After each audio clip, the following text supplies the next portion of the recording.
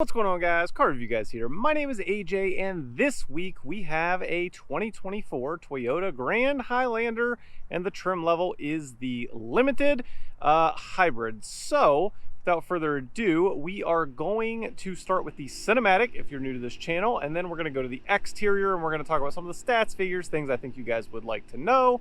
Then we're going to get to the interior, and then we're going to take it on a drive. Almost to 20,000 subscribers. Thank each and every one of you. Like I said, without further ado, let's get right on into it. Let's roll.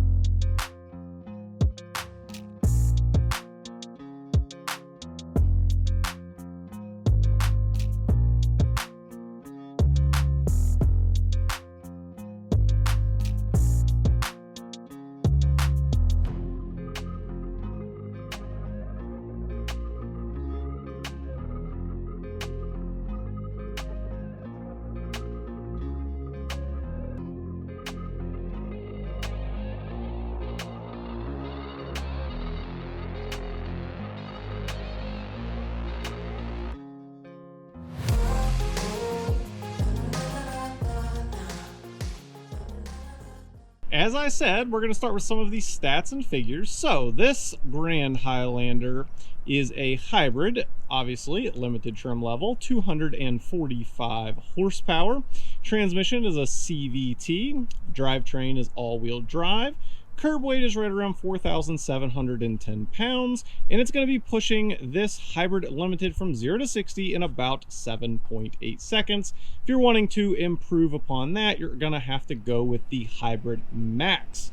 So the towing capacity on this one is a 3,500 pound towing capacity.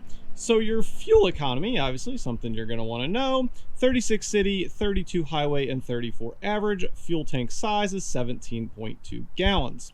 Now let's touch on the vehicle dimensions. So your overall height is right around 6 foot, your length is around 16.8 feet, and your width is around 6.5 feet. Your pricing is obviously important as well. It's going to be starting at $45,020 on the Hybrid XLE, and today's tester is $53,238, and that is including the destination charge. Just doing a quick walk around as far as pointing out some of the things you may or may not notice. Up front, this grille goes right through. For cooling, you have parking sensors, and there is not a 360 camera, at least on this trim level. You have some fog lamps, LED runners, and the lights are super bright, which is a good thing, obviously. Working our way around, the one thing you guys, if you're not new to this channel, you're gonna know, I wish you could get that paint to match. I don't love the plastic look, just not for me. I understand kind of what they're going after as far as functionality goes. Nonetheless, not a huge fan. Everything else, I think this vehicle looks really good. 20-inch alloy wheels, and then you have keyless entry on not only the front there, but also on the rear doors. Love that. And the other thing is, in this paint, is a special paint. I don't know if you can see, there is so much flake in this paint, which is pretty neat. Overall, the shade, not necessarily for me, but that doesn't mean it's not for you, of course, which is why there's plenty of options to choose from, but the flake looks really nice, I must say. Of course, there is a driver side fuel door, and then working our way around to the back, you can see Grand Highlander on there. You got everything else spelled out for you. One wiper for the rear, and then for the rear hatch, you just simply press there. It's between the I and the G underneath, and up it goes. And then for the total volume of space, I'll put it here on the screen for you. Definitely a decent amount of space. Now, the one thing I will say is obviously with the third row up, kind of limited, right? It's not a ton of space. However, there is a lot of legroom, more than I've seen in almost any other third row SUV. So it's kind of a trade-off. What do you do more? Do you have people in the third row more often, or do you need more space back here? It's up to you, right? So you could always fold them down and then you have a ton of space. If you're new to this channel, I am 5'9", and we are going to be testing, is it easy to get in or not? We're going to start with the rear, and then we're going to go to the front. So stepping into the rear, there is a handle located right here, if you could see that. Step on in. You really don't need it, I don't think, despite I really don't think you need it really in almost any scenario. Very easy to step in. The roof line's pretty high. You have to duck just a little bit, even me being 5'9", just because this is stadium seating. So if you look exactly where I can see, you can see above the headrest, meaning these seats are higher than the front ones, which is nice because it's nice to be able to see out there without, you know, constantly crinking your neck doing this number, which is a habit for many of us, including me. Back here, we do have heated seats and our own temperature control, some USB-Cs on both sides. We have 2 cup holders there, and then of course there's like these little, I mean, almost could be cup holders, but it's more of just like a cubby hole. And then in the door, this does not go through, which is nice. And then all soft touch where you would expect, and there is a rear window shade as well. And as stated, for the third row, I don't know if you can see back there real well, but there is a ton of space. And of course, these seats can slide back and forth. You can tilt them however you want with armrests as well. And yeah, there is a lot of room back there. And the headroom is actually, you can even see the indentation there. It's cut up just ever so slightly. So definitely an option if you need to be hauling a lot of people. Time to test the front here. Let's see what this is like getting in. Stepping up, pretty natural step for me being 5'9". And we're in here, didn't even have to duck really or anything. Pillar's still up at an angle. Very nice and easy. Front door similar to the rear with the exception of this wood grain. It looks really good. I don't even know what color you'd necessarily call it, but it is nice. Memory seating. Got little bezels on the window switches. You guys know I'm a huge fan of that. Definitely makes it feel a little bit more premium. And then over here we do have the heated steering wheel. Coming up in front of us, full digital display. There is no heads-up display on this trim level. And then coming over, you do have a nice, easy-to-use screen. If you're even in the last year or two, this is all the updated infotainment. The only thing I wish you could do is really do a split screen, like half nav, half music, whatever. But that would be an easy over-the-air update. Up above, we've got Home Link. So that's good for your garage door. Little sunglasses holder, unsurprisingly. And then coming back down, you've got a USB-C here. You've got a USB-C right over there. And then we've got heated seats, cooled seats, dual zone in the front. Obviously, there's a third one in the rear that I already showed you. Start-stop button, or power on, power off, I should say. And then a pretty standard gear shift. And then you've got various cup holders there. A bunch of different drive modes as well. And then this is probably one of the only things I personally would change on the interior is this center console. Personally, I'm not a huge fan. As you can see, there is a lip here. And as you go to get in, you kind of roll your elbow right on that lip. It's not the most comfortable thing ever, but down in here, it is huge. It is literally to my elbow. I don't know if you can truly see that because of the lighting.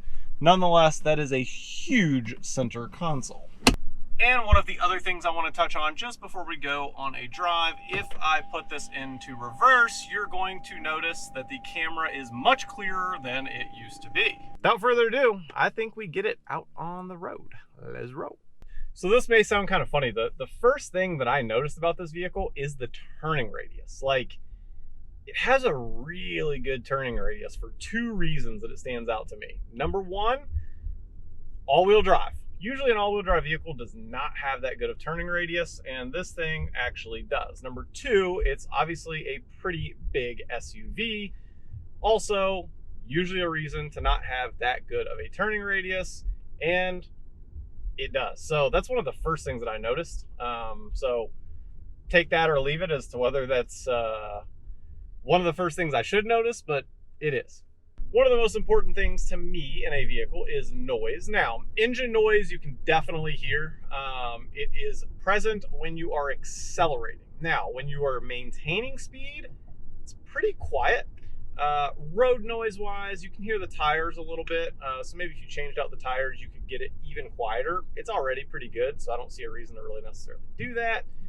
And then wind noise is really good. I don't really hear any wind noise, vehicles passing, so on and so forth. Quiet. So those are pretty much the three categories as far as that goes. Testing the all-wheel drive, getting out here and going, and no issue, no wheel spin whatsoever. Definitely plenty of power for everyday use. Of course, it's nothing fast, but again, for a 3-row, I'll call it a large SUV, certainly gets up and goes. If you guys follow my channel week in, week out, I am slowly getting over, I believe, what was a torn muscle. I've gotten x-rays, all that stuff came back good, waiting for an MRI, but it's slowly healing. Nonetheless, the reason I'm telling you that is checking our blind spots, like right now, is pretty difficult, but it is getting better. You can probably see my neck moves a little bit more than it was because I was like really rigid. It's getting better. Nonetheless, checking over to our right, not much of a blind spot, pretty easy to see. Checking over to our left, the pillar's in a pretty good spot. It is a hair wider than what I would say is normal, but it's pretty far forward for the most part, so pretty easy to see. And of course, if you have any issues, there is blind spot monitoring equipped on this vehicle. All right, we're coming up to our cattle guard. We do it every single week for every vehicle. So let's see the suspension and the noise. Here we go. That was really good. That was really good. So again, noise level, very maintained, nothing obnoxious. And then as far as suspension, that was even better than the noise level. It absorbed really well. I hardly moved. And you can compare that to, if you go watch my other videos, you can see exactly how that compares, because you'll see some vehicles, without exaggerating, I'm literally like that. So very good suspension test there. This vehicle is equipped with lane centering, and it also has adaptive cruise control. It does really well. Toyota Lexus does a pretty good job. The one thing to note, obviously, for the lane centering, you do have to have the cruise control set, otherwise it will not lane center. The other thing I do want to note that I forgot to go through on the interior is the wireless phone charger, which is in front of the cup holders. It is equipped with that. If you like using it, just figured I would put that out there very quickly as I was looking at it. I didn't want to forget that for you. Okay, now suspension from a turning perspective on a larger SUV. I do the same turn. Let's do it at like 20 miles an hour and see body roll. 20. Even accelerating into it, it's pretty good. It's actually not bad at all. I've been in SUVs the same size, maybe even just a hair smaller, with more body roll than what this had. So that's actually really good.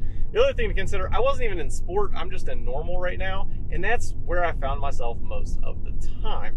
Now, the other question I always get is, are all of the modes programmed differently? And yes, Toyota Lexus always does a good job at programming them. I sound like I'm beating a dead horse here, but that is true. I say it in almost every video for them because I've not come across one yet that I'm like, man, that's kind of silly programming. Like, why even have two buttons when they basically feel the same? It's not the case. There is a pretty big difference overall. Toyota is obviously known for longevity and being reliable. And so if you're looking for something that is going to be reliable for a long time, and for what you're getting, right? You're at a vehicle under $55,000, and it's pretty much loaded for most things that you would want. Heated seats, cooled seats, heated steering wheel, nice big screen, digital display. You have lane keep, or lane centering rather, and lane keep. You have adaptive cruise control. You've got home link. You have a lot of technology in this, is my point. And so it's a good value for what you are getting. If there's anything that I am missing or something you would like to know on this, just comment down below. Again, this would be a great family SUV, and it's all-wheel drive, so you can drive it in any weather, not worry about it. Have plenty of room for everybody in here, and you're going to be getting good gas mileage. And again, this thing is not slow. It definitely has some get up to it, which is nice to have. If you guys enjoyed this video, do me a favor, please hit the thumbs up. If not, feel free to give constructive criticism. I am okay with that. Always happy to listen to you guys. And again, if there's anything you want to know that I didn't cover, just comment down below. And the next video is going to be 5 things to love, 5 things to improve. I do that to every single vehicle. So please like, please subscribe, and as always, I'll catch you guys on the next one. Peace.